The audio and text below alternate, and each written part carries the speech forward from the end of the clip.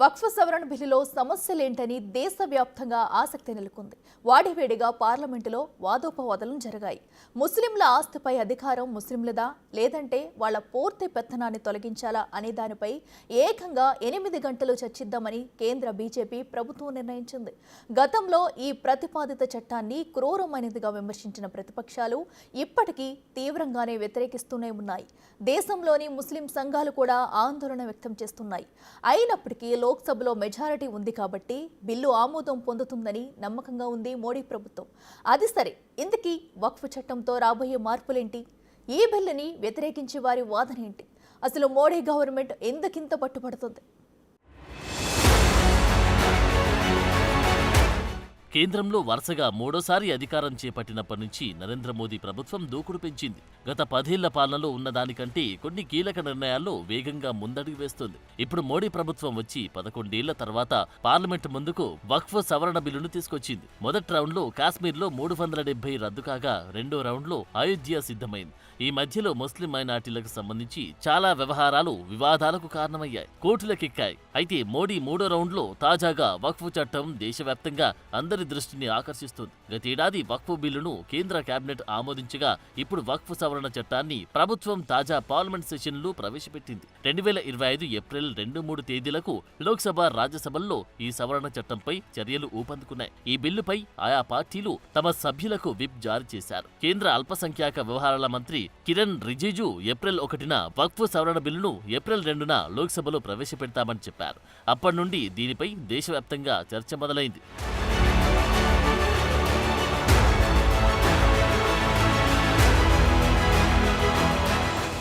ప్రధాని మోడీ నేతృత్వంలోని కేంద్ర బీజేపీ ప్రభుత్వ ఉద్దేశం స్పష్టంగా ఉంది. ఈ బిల్లును లోక్సభలో ప్రవేశపెట్టి వీలైనంత త్వరగా ఆమోదించాలని కేంద్రం భావిస్తుంది. ఎన్డీఏలోని అన్ని పక్షాలు ఈ బిల్లుకు మద్దతిస్తాయని కూడా ప్రభుత్వం ఆశిస్తోంది.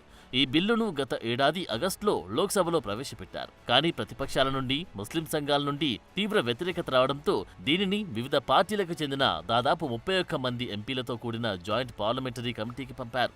అయితే దశాబ్దాల నాటి వక్ఫ్ చట్టాన్ని మార్చాలని కేంద్ర ప్రభుత్వం పట్టుబడుతోంది. ఈ కొత్త బిల్లు వక్ఫ్ ఆస్తులను ఇంకా మెరుగ్గా వాడుకోవడానికేనని వాదిస్తోంది. అయితే ప్రతిపక్షాలు బిల్లును వ్యతిరేకిస్తున్న వారి వాదన మరోలా ఉంది. సంస్కరణల పేరుతో వక్ఫ్ ఆస్తులను స్వాధీనం చేసుకోవాలని కేంద్రం ప్రయత్నిస్తున్నట్టున్నారు. ప్రస్తుతం అధికార విపక్షాల మధ్య తీవ్ర మాటల యుద్ధం జరుగుతుంది. కాంగ్రెస్, సమాజ్వాదీ, తృణమూల్ కాంగ్రెస్, వామపక్షాలు, ఎంఐఎం సహా ముస్లిం పక్షాలు తీవ్రంగా వ్యతిరేకిస్తున్నాయి.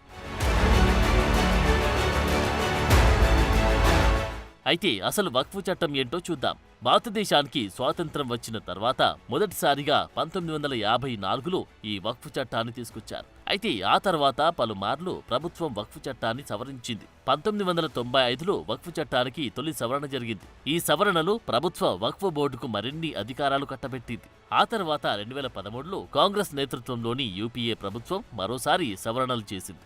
ఈ వక్ఫ్ చట్టంలో పేర్కొన్న నిబంధనల ప్రకారం వక్ఫ్ బిల్లులకు విశేష అధికారాలు కల్పించింది. ఈ బోర్డు నిర్ణయాలను ఏ కోర్టుల్లోనూ సవాల్ చేయలేని విధంగా, వక్ఫ్ కింద ఉన్న ఎవరి ఆస్తులనైనా స్వాధీనం చేసుకునే విధంగా ప్రత్యేక అధికారాలు కల్పించారు. ప్రస్తుతం దేశంలో 30 వరకు వక్ఫ్ బోర్డులున్నాయి. అయితే తమిళనాడులోని వక్ఫ్ బోర్డు తాజాగా ఒక గ్రామం మొత్తం తమదేనంటూ ప్రకటించడంతో ఇది తీవ్ర వివాదానికి దారితీసింది. ఇక 1970ల నుండి ఢిల్లీ వక్ఫ్ బోర్డు పార్లమెంటు భవనం వక్ఫ్ కిందది అని కోర్టులో వాదనలు వినిపిస్తోంది. గతంలో 123 ఆస్తులను డీనోటిఫై చేసి యూపీఏ ప్రభుత్వం వక్ఫ్కి కట్టబెట్టింది. ఇలాంటి చాలా సంఘటనల తర్వాత వక్ఫ్ చట్టాన్ని ప్రక్షాళన చేయాలని మోడీ ప్రభుత్వం బలంగా నిర్ణయం తీసుకుంది.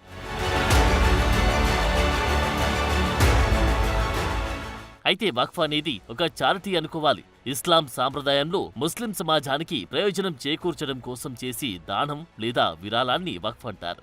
వక్ఫ్ ఆస్తులన్నీ అల్లాహ్కి చెందుతాయని భావించడం వల్ల వాటిని నమ్మడం లేదా ఇతర ప్రయోజనాలకు ఉపయోగించడం చేయకూడదు. అయితే దేశవ్యాప్తంగా భారీ సంఖ్యలో ఉన్న వక్ఫ్ భూములను మసీదులు, మదర్సాలు, శ్మశాన వాటికలు, అనాథాశ్రమాల నిర్మాణం కోసం ఉపయోగిస్తుంటారు. అయితే ఈ వక్ఫ్ కింద ఉన్న చాలా భూములు అన్యాక్రాంతమయ్యాయి. దేశవ్యాప్తంగా ఉన్న 30 వక్ఫ్ బోర్డులు తమ స్వార్థం కోసం వక్ఫ్ భూములను ప్రైవేట్ వ్యక్తులకు ఇచ్చారని ఆరోపణలు చాలానే ఉన్నాయి. అయితే భారతదేశంలో వక్ఫ్ సాంప్రదాయం 12వ శతాబ్దం మధ్యలో ఆసియా నుంచి వచ్చిన ముస్లిం పాలకులైన ఢిల్లీ సుల్తాన్ల పాలనతో మొదలైంది. ఈ ఆస్తులన్నిటినీ 1995 వక్ఫ్ చట్టం ప్రకారం రాష్ట్ర స్థాయి వక్ఫ్ బోర్డు నిర్వహించారు. ఈ బోర్డులో ప్రభుత్వం నియమించే వ్యక్తులతో పాటు ముస్లిం ప్రజాప్రతినిధులు, స్టేట్ బార్ కౌన్సిల్ సభ్యులు, ఇస్లామిక్ స్కాలర్లు, వక్ఫ్ ప్రాపర్టీ మేనేజర్లుంటారు. దేశంలో వక్ఫ్ బోర్డులే అతిపెద్ద భూస్వామ్యులని ప్రభుత్వం చెబుతుంది. దేశవ్యాప్తంగా దాదాపు 8,72,351 వక్ఫ్ ఆస్తులున్నాయని ఒక అంచనా. ఇవన్నీ కలిపితే 9,40,000 ఎకరాల్లో ఉన్నట్లు తెలుస్తోంది. ఇక వీటి విలువ ఏకంగా 1.20 లక్షల కోట్లు ఉంటుందని అంచనా వేస్తున్నారు.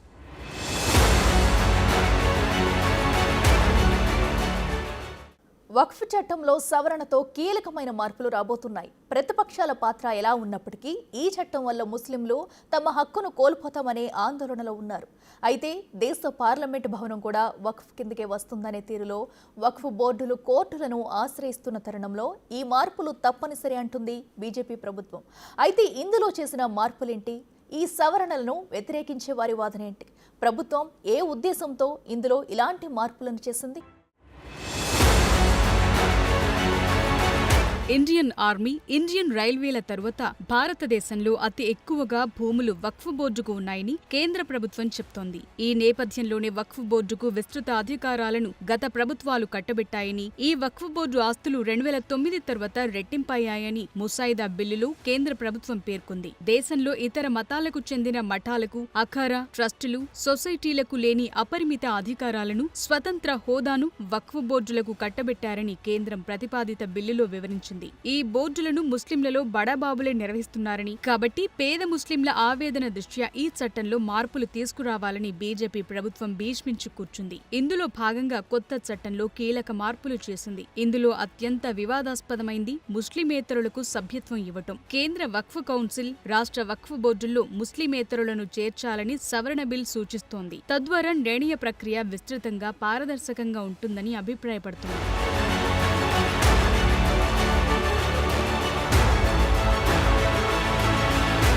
తాజా సవరణలో వక్ఫ్ బై యూజ్ ను తొలగించారు. దీని ప్రకారం దీర్ఘకాలంగా ఉపయోగంలో ఉన్న ఆస్తులను వక్ఫ్గా గుర్తించడం ఇకపై సాధ్యం కాదు. అంటే ఢిల్లీలో పార్లమెంటు భవనం వక్ఫ్దే అనే వాదన చెల్లదు. అలాగే తమిళనాడులో ఊరు వక్ఫ్ కిందకు రాదు. ఇక ఈ కొత్త సవరణలో వక్ఫ్ ఆస్తుల సర్వే బాధ్యతను సర్వే కమిషనర్ నుంచి జిల్లా కలెక్టర్ లేదా నియమిత అధికారికి మార్చారు. దీంతో పాటు ప్రత్యేక వక్ఫ్ బోర్డుల ఏర్పాటు చేయాలని తాజా చట్టం చెప్తోంది. బోహ్రా, ఆగాఖానీ ముస్లిం సమాజాలకు కూడా ప్రత్యేక వక్ఫ్ బోర్డులు ఏర్పాటు చేయడానికి దీంతో అవకాశం ఉంటుంది. అలాగే వక్ఫ్ ఆస్తుల రిజిస్ట్రేషన్ కోసం కేంద్రీకృత డిజిటల్ పోర్టల్ అందుబాటులోకి రానుంది. మరోవైపు వక్ఫ్ ఆస్తులను రికార్డులో నమోదు చేసే ముందు సంబంధిత వ్యక్తులకు తెలియజేసే విధానాన్ని అమలు చేయనున్నారు.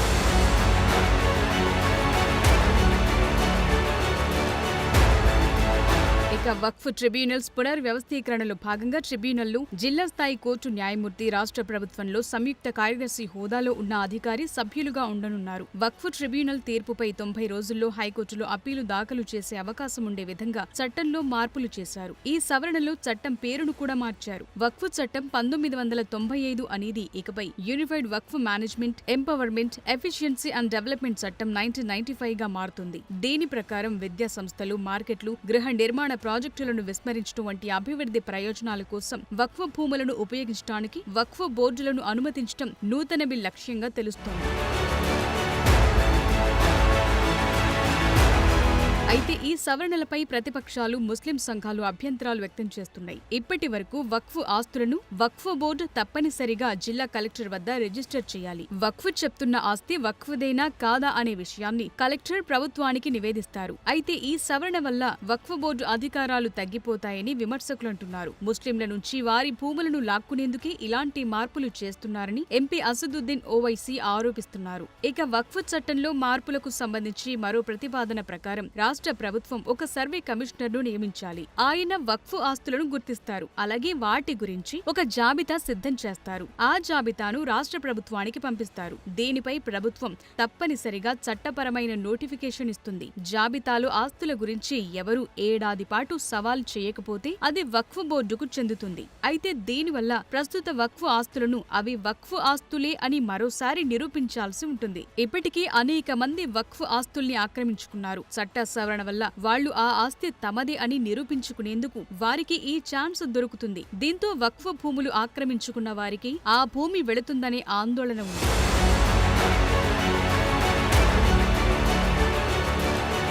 ఇక బిల్లులోని ఇతర ప్రతిపాదనల్లో షియా సున్నీలతో పాటు బోహ్రా అకాఖానీలకు ప్రత్యేక బోర్డులను ఏర్పాటు చేయటం కూడా ఉంది. ప్రస్తుత చట్ట ప్రకారం వక్ఫ్ మొత్తం ఆస్తి ఆదాయంలో షియా కమ్యూనిటీకి 15% వాటా ఉన్నప్పుడు మాత్రమే షియా వక్ఫ్ బోర్డు ఏర్పాటు చేసే అవకాశం ఉంది. కాబట్టి ప్రభుత్వ నిర్ణయం వల్ల అనేక చారిత్రక దర్గాలు, మసీదులకు ముప్పు ఏర్పడుతుందని ముస్లిం సంఘాలు ఆందోళన వ్యక్తం చేస్తున్నాయి. సంస్కరణలు అవసరమే కానీ అది ముస్లింల మనోభావాలు, ప్రయోజనాలను దృష్టిలో పెట్టుకుని జరగాలని అంటున్నారు. ఈ బిల్ సెంట్రల్ వక్ఫ్ కౌన్సిల్, వక్ఫ్ బోర్డుల సభ్యులను మార్చడం వల్ల ముస్లిమేతర సభ్యులు కూడా బోర్డు సభ్యులుగా ఉంటారు. అయితే హిందూ, సిక్కు ధార్మిక సంస్థలను నియంత్రించే ఇలాంటి బోర్డుల్లో వారి వారి మతాల సభ్యులే ఉన్నప్పుడు వక్ఫ్ బోర్డులో మాత్రం ఇతర మతస్థులు ఎలా ఉంటారన్నది ప్రధాన అభ్యంతరంగా కనిపిస్తోంది.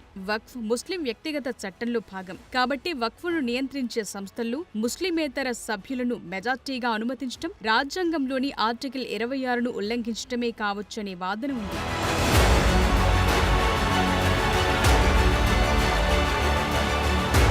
వక్ఫ్ ట్రిబ్యునళ్ల నుండి ముస్లిం చట్టంలో నిపుణుడిని తొలగించడం వల్ల వక్ఫ్ సంబంధిత విధానాల పరిష్కారంపై ప్రభావం పడొచ్చనే ఆందోళన కూడా ఉంది. అలాగే ఈ బిల్ కనీసం 5 సంవత్సరాలు ఇస్లాంను ఆచరించే వ్యక్తులకు మాత్రమే వక్ఫ్ ఇచ్చే విధంగా పరిమితం చేస్తుంది. ఇలాంటి నిబంధన ఎందుకనేది మాత్రం అస్పష్టంగా ఉంది. ఈ విధానం వల్ల 5 సంవత్సరాల కంటే తక్కువ కాలం ఇస్లాంను ఆచరించే వ్యక్తులకు 5 సంవత్సరాల కంటే ఎక్కువ కాలం ఉన్నవారికి మధ్య వ్యత్యాసాన్ని సృష్టిస్తుందని కొందరంటున్నారు. ఇది రాజ్యాంగంలోని ఆర్టికల్ 14 చెప్పే సమానత్వ హక్కును ఉల్లంఘించే అవకాశం ఉంది. ఏది ఏమైనప్పటికీ పార్లమెంటులో ఎన్డీఏ కూటమికి బిల్ను చట్టం చేసే మెజార్టీ బలముంది. రాజ్యసభలోనూ గెలవటానికి అవకాశం లేకపోలేదు. కాబట్టి బిల్ చట్టంగా మారితీరుతుందని అందరి అభిప్రాయం. అయితే దీన్ని న్యాయం ముందు నిలబెడతామని ముస్లిం వర్గాలు చెప్తున్నాయి.